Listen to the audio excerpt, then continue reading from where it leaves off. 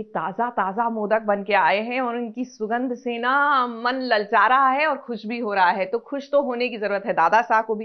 अरे नीम नीम में क्या है, कथा पढ़ना चाहती है, यूवी उनका साथ दे रहा है, लेकिन क्योंकि दादा साहब पुराने ख्यालात के हैं तो उनको लगता है कि पढ़ाई करके कथा क्या करेगी। देखिए, ज्ञान जो है ना कभी भी व्यर्थ नहीं जाता, तो जब तक पढ़ाई कर सकते हैं और ज्ञान एकत्रित कर सकते हैं जरूर कीजिए।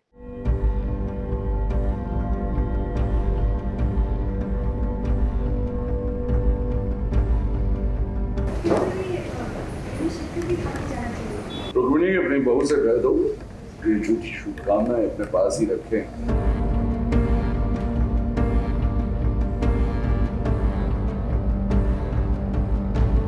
और ये दही और शक्कर अपने पति को खिलाए जिसने इसकी मति भ्रष्ट की है।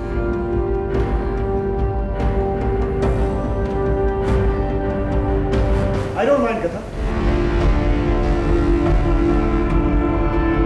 तुम मुझे दही शक्कर खिला सकते। हे भगवान के आशीर्वाद से कथा अब ठीक होकर अपने ससुराल लौट आई है। अब ससुराल में वो आ तो गई है, लेकिन अब जो घर वाले उससे प्यार करते थे वो उसे ताना मार रही हैं। और जो बात बात पर ताना मारा करता था, यानी कि उसका पति यूवी, अब वो उससे मानने लग गया है। अब आप भी सोच रहे होंगे कि आखिर ये फेरबदल कैसे हो गया। अब देखिए, कथा का एक्सीडेंट हुआ था और कहीं न कहीं उसकी वजह यूवी ही था। यूवी को अपनी गलती का एहसास हुआ, इसीलिए अब वो कथा को समझता है, उसे जानने लग गया है। कथा अपने सपनों को पूरा करना चाहती है, इसमें यूवी उसका साथ दे रहा है। और दादाजी जो कथा को बहुत प्यार करते थे, अब वो कथा के खिलाफ हो गए हैं, क्योंकि कथा घर से बाहर निकलकर पढ़ना चाहती है, कुछ बनना चाहती है। यूवी का ये जो नया रूप है वो इसलिए आया क्योंकि अभी वो गिल्टी है और उसे ऐसा लगता है उसने बहुत कुछ गलत कर दिया है कथा के साथ, एंड फाइनली उसे रियलाइजेशन हो गया है। तो इसीलिए वो मेरी हेल्प कर रहा है, मेरे सपनों को पूरा करने के लिए मुझे मेरी मदद कर रहा है। और यहाँ पे हम देखते हैं कि दादा मालिक साहब मुझसे नाराज़ है क्योंकि मैं उनके अगेंस्ट जाके पढ़ाई शुरू करना चाहती हूँ, अपने सपनों को पूरा करना चाहती हूँ। और ये मैंने जो स्टेप लिया है वो फर्स्ट टाइम कथा दादा मालिक साहब के अगेंस्ट गई है।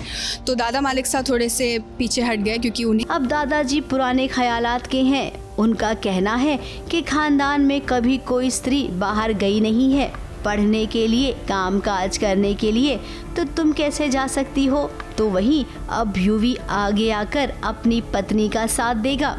वो अलग बात है कि जब कथा के हाथ से दादाजी ने चीनी और शक्कर नहीं खाई, यूवी ने कहा कोई बात नहीं, मुझे खिला दो, मैं भी अच्छे काम के लिए जा रहा हूँ। रुक्मिणी, अपनी बहू से कह दो कि झूठी शुभकामनाएं अपने पास ही रखें और ये दही और शक्कर अपने पति को खिलाए जिसने इसकी मति भ्रष्ट की है। तुम मुझे दही शक्कर खिला सकते। मेरी भी इम्पोर्टेंट है। ताने सुना रहे और इतने में यूवी आता है। यूवी को समझ आता है कि यहाँ पे कुछ चल रहा है, तो वो मेरे ही फेवर में आके थोड़ा सा लाइटन करने के लिए कहता है कि मुझे खिला दो, मेरा भी एक इम्पॉर्टेंट इवेंट है। पर मैं उससे मना कर देती हूँ क्योंकि अगर मैं वो करती तो दादा मालिक साहब का मजाक उड़ जाता कि हाँ अभी आ गए, अभी पति की साइड ले रही है।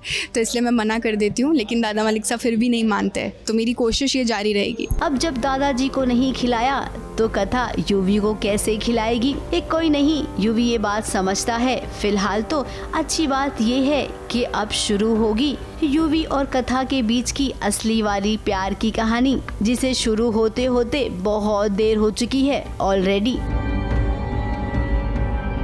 ABP news report.